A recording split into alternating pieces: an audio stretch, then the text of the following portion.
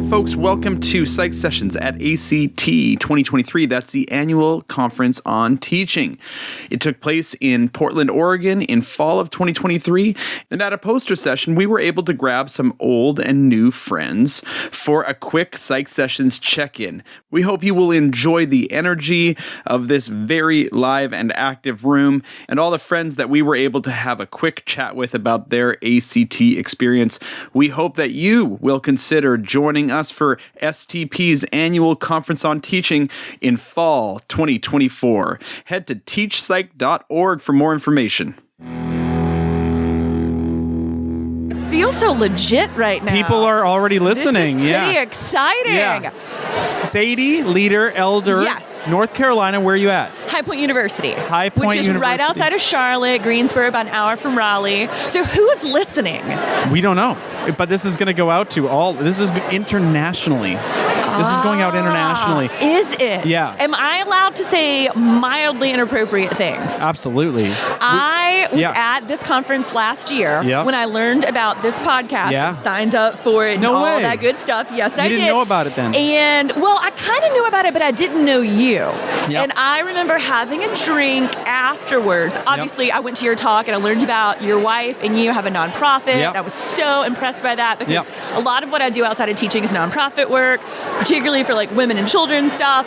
But I may or may not have had just enough wine that I said, if I'm ever on that podcast, I hope I get to talk with Garth because I feel like it would be a good conversation. Yeah. I feel like it might get flirty. And someone literally turned around and looked at me and they're like, oh my God, did you just say you were going to flirt with Garth? I was like, no, I did not. So I'm most certainly not saying that today either while I hold my glass of wine and know that you are married and I am married. Yeah. But this is the fulfillment of a 12-month promise that I made to a stranger last year that we were going to do this conversation. Let's go. If that stranger remembers this, I think that you should email us. She's actually here. I said stranger because I didn't want to call her out. Oh, but I see. Later, when you and I take our selfie, I'm going to send it to her and say, like, it happened. Yeah, awesome. Well, fantastic. Then she's going to have to tune in and be like, that wasn't flirty at all. Like, and if it was, you're lucky you're married. So good. This is my game. So good. Oh, my goodness. Sadie, do you always come with this much energy? I try. Into your classes and stuff? Absolutely. Uh-huh. My sister, who's a lawyer, sat in my classes a couple of times, and she was like, number one, you curse too much, and which I don't anymore because now I'm at a small liberal arts school where that is not allowed, but at big R1 schools, it was kind of funny because the kids liked it. Like, what R1 school? Where were you at?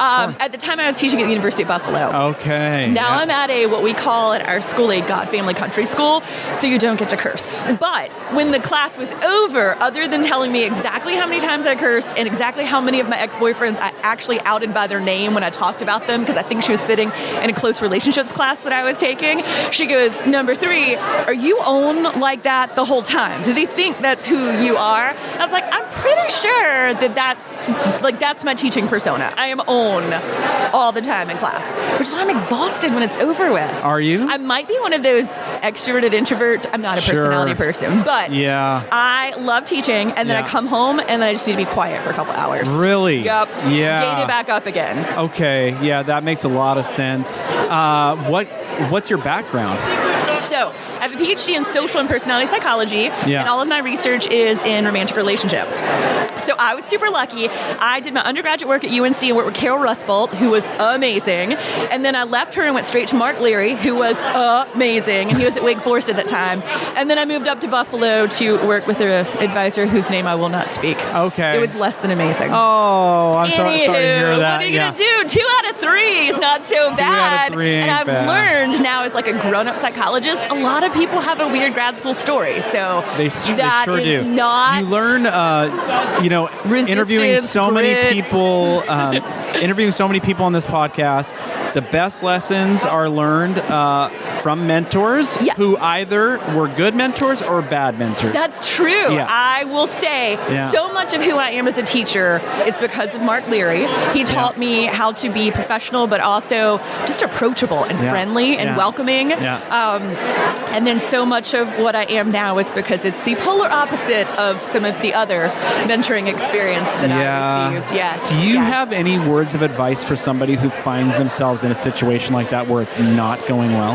That's a great question. So if it's early in their graduate school career, I think it's totally valid to think about trying to reposition. But I had earned a master's before I moved into my PhD program, so it wasn't like I could stop after a master's and then transition elsewhere. Yeah. I was kind of locked and loaded. Yeah. And at the time, I thought I was in a really good place because my advisor had an NSF grant, and it kept getting refunded, which meant I couldn't graduate until the grant. You know, when you're in grad school, it's not about the coursework anymore. Right. You finish that up relatively early on. Yep. It's about the projects that you're working on. So I think you just bide your time. You do the best you can. I would not have gotten the teaching job that I got had I not done all of the amazing teaching that I did while I was in grad school waiting to graduate. Sure. I finished all my projects. I went to my advisor and I was like, it's time, right? It's been years. It's time. She goes, I don't want you to mention graduation for 1 calendar year. And I was like, what? And she was like, right. I need you for at least 1 more year, so don't even bring it up. So in that time, I worked with the Teaching and Learning Center. I came to STP and started doing stuff with like the Graduate Student Association through this. And I became the teacher that I am today, which we were saying, I've been so very fortunate to win some teaching awards. And I know it was because I had the experience in graduate school, which was kind of an accidental corollary because I thought I was going to be a researcher, but I found myself along the way. Crazy. So how long have you been coming to ACT? Great question. I think I came maybe once in grad school, but then I started doing, so I'm a social psychologist, the SPSP conference and the teaching pre-conference to that. Sure. So a lot of the same people who, at least early on, were presenting here were presenting there. Who was running that pre-conference from STP? Was it Drew? I was literally just going to say Drew did it for a little while, but it may have gone back even further than that. Oh, okay. In case you're wondering, I feel like my flirting hasn't started yet. No. I'm still waiting for it to We're gonna need up. More wine? We're going to need more wine, I think so. Oh my goodness. So is there a Psych Sessions After Dark? Does that happen after you know what? I'm going to tell you. Literally just turned around and almost tripped when he heard me say that. Well, I will tell you this. When people have good ideas for podcasts, Psych Sessions does adopt people's ideas. So let me tell you that maybe not After Dark. I was joking about that one. But if you ever want to talk about mid-career stuff, I would be happy to tell you about the very newly formed Mid-Career Psychology Committee that just got started this year. Perfect. And if people want to reach out to you about that, where can they find you? We have a Facebook group they are welcome to go to, or if you just go to the STP main page under membership, there is now a link there right under ECPs for MCPs, Mid-Career Psychologist. And in case anyone's interested, it's basically if you define yourself as mid-career. Yep. So I think ECPs go until maybe the first 10 years out of grad school. So sometime around there would be a great time to self-define as mid-career, but other people use a benchmark like tenure if that's something that they earned or they're going for. It's really open-ended. And one of the things, not that you wanted to have a whole conversation about it, but I'll tell you one thing and I promise I'll let you go, is that the people that we've been talking to over the past couple of years, it's not that they need a specific mentor, mentee, just tell me about this particular teaching-focused topic, like we saw maybe more so in the ECPs. I think a lot of us just need support. We need a community. And so our reading groups, while structured around some type of reading about development during this period of our careers, has really more turned into just a support network where people can talk about what's going on at their schools or what's going on in their lives and feeling like you're not isolated or alone. I think everyone, no matter where they're at, big school, little school, across the country, wherever, it's just nice to commiserate and have other people that are rooting for you and feel like there's a community there. It is. STP is a really great place just for people to belong, and I'm glad that even in a smaller level you're doing that for mid-career folks specifically. I am getting the gotta finish. Absolutely.